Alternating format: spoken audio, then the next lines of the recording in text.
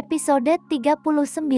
Mendengar kabar tentang kecelakaan Devano yang sempat kritis itu, Dion justru merasakan sesuatu yang tidak seharusnya ia rasakan. Ada rasa lega, ada harapan yang diam-diam tumbuh di dalam dirinya. Jika pria itu mati, maka jalannya untuk kembali mendapatkan Nalina akan terbuka lagi.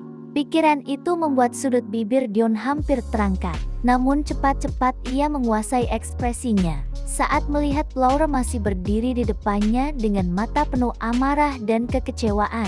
Ia tidak boleh membuat Laura curiga lagi, apalagi wanita itu sedang mengandung anaknya. Dion segera berjalan mendekat, lalu berlutut di hadapan Laura. Tangannya menggenggam kedua tangan wanita itu dengan lembut. Tatapannya dibuat setulus mungkin.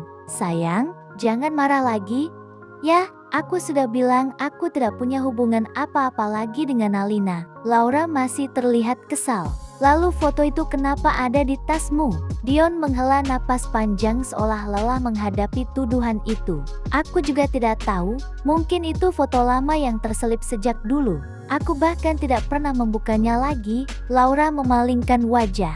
Dion semakin mempererat genggaman tangannya. "Yang aku pikirkan sekarang cuma kamu dan anak kita. Aku sedang berusaha membangun hidup baru untuk kita di sini. Semua yang aku lakukan sekarang demi kalian." Suara Dion terdengar lembut, penuh rayuan. Dan Laura, yang sejak awal memang terlalu mencintai pria itu, perlahan luluh lagi. Apalagi kini ia sedang hamil besar.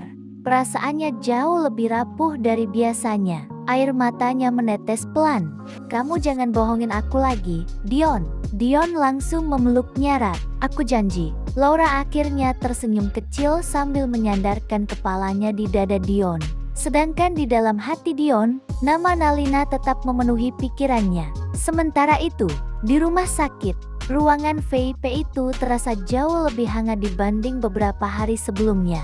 Kini hanya ada Nalina dan Devano di sana. Papa Leo dan Mama Rani sengaja pergi ke perusahaan dengan alasan mengurus pekerjaan Devano yang terbengkalai selama ia dirawat. Padahal sebenarnya, mereka sengaja memberi ruang untuk mereka berdua. Mereka tahu hubungan itu semakin dekat, dan mereka berharap pernikahan itu segera terjadi. Nalina duduk di samping ranjang Devano sambil menyuapinya makanan perlahan. Gerakannya begitu lembut dan penuh perhatian. Kadang ia meniup sendok kecil itu lebih dulu sebelum memberikannya pada Devano. Tatapan Devano tidak pernah lepas dari wajah wanita itu sedikit pun. Hatinya terasa penuh, bahagia, sangat bahagia. Beberapa hari terakhir Nalina bahkan tidak masuk kuliah sama sekali. Pikirannya hanya tertuju pada Devano. Sore harinya, Nalina membantu mengelap tubuh Devano dengan air hangat dan mengganti pakaian rumah sakitnya. Saat ia sedang menarik selimut untuk menutupi tubuh Devano, tiba-tiba tangan pria itu menangkap pergelangan tangannya. Nalina terkejut. "Vano, ada apa?" Tatapan Devano berubah serius. "Nalin, aku ingin kita segera menikah." Nalina tersenyum kecil. "Ya, aku kan sudah janji. Kita akan menikah setelah kamu keluar dari rumah sakit. Tapi aku tidak bisa menunggu lagi." Nalina mengernyit bingung. Devano menatapnya dalam. "Aku tidak tahu apa yang akan terjadi ke depannya. Jika sesuatu terjadi padaku, aku..." Belum selesai Devano berbicara, Nalina langsung menutup mulut pria itu dengan jarinya. "Jangan diteruskan. Bicara apa kamu ini?" Matanya mulai berkaca-kaca. Devano menggenggam tangan Nalina pelan. "Aku serius, Nalin." Suara pria itu terdengar rendah dan penuh emosi.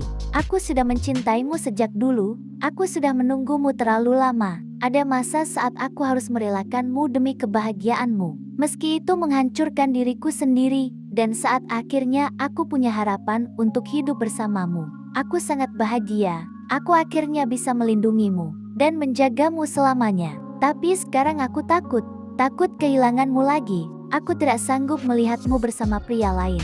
Aku tak bisa melihat pria lain menatapmu, tatapan yang punya maksud lain. Aku tidak sanggup menghadapi itu lagi." Nalina menunduk, dadanya terasa sesak. Kini ia sadar, Devano kecelakaan hari itu. Mungkinkah karena pikirannya kacau setelah melihat Arka mendekatinya di kampus? Dan itu membuat rasa bersalah di hati Nalina semakin besar. Air matanya jatuh perlahan. Saat Devano kecelakaan, ia benar-benar merasa dunianya runtuh. Semua impian, semua ambisi, semua rencana masa depan tiba-tiba terasa tidak berarti tanpa pria itu. Nalina menggenggam tangan Devano erat. Lalu, kapan kamu mau kita menikah? Tatapan Devano langsung berubah. Besok, Nalina membelalak. Besok kita menikah di sini. Aku sedang menghubungi asistanku. Semua sedang disiapkan. Nalina benar-benar terkejut.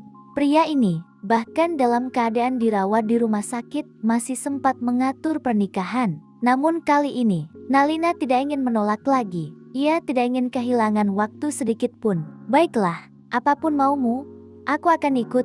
Senyum Devano langsung merekah begitu lebar. Matanya berbinar seperti anak kecil yang akhirnya mendapatkan hadiah impiannya. Aku hanya takut kehilanganmu. Setelah kita menikah besok, saat aku sudah pulih, aku akan mewujudkan pesta pernikahan seperti impianmu. Nalina menggeleng. Aku tak mau pesta lagi. Aku cuma mau kamu. Lalu perlahan Devano merentangkan kedua tangannya, memberi kode ingin dipeluk. Nalina tertawa kecil sambil menggeleng pasrah. Dasar kamu, ia mendekat lalu memeluk Devano dengan hati-hati. Dan di balik pelukan itu, senyum licik penuh kemenangan muncul samar di wajah Devano. Dalam hatinya ia berkata, "Yes, aku berhasil." Namun tanpa mereka sadari, di luar ruangan rumah sakit itu, seseorang berdiri diam sambil menatap ke arah pintu kamar mereka. Tatapannya tajam, dan saat kamera ponselnya memperlihatkan isi layar, terlihat jelas foto Nalina dan Devano yang sedang berpelukan di dalam kamar rawat. Orang itu perlahan tersenyum dingin. "Besok ya, kita lihat apa pernikahan kalian benar-benar bisa terjadi." Bersambung.